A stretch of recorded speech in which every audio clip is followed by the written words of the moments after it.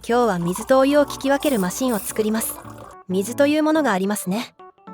実は冷たくしたり温めたりできることが知られています。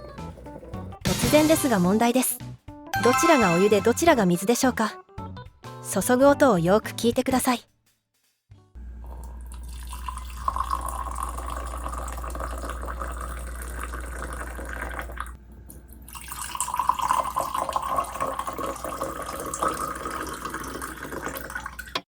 どっちがどっちか分かりましたか？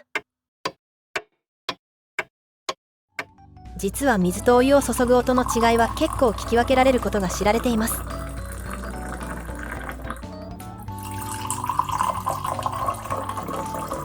なんとなく違いますね。この音を Google のティーチャブルマシンに学習させてみます。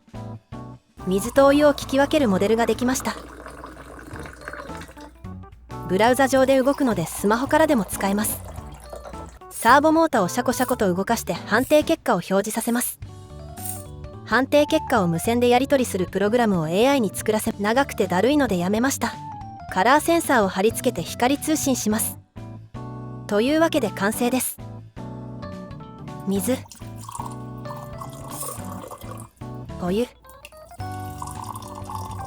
意外と正確。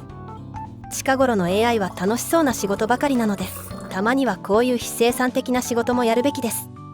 皆さんもつまらない仕事は AI にやらせてみてくださいね。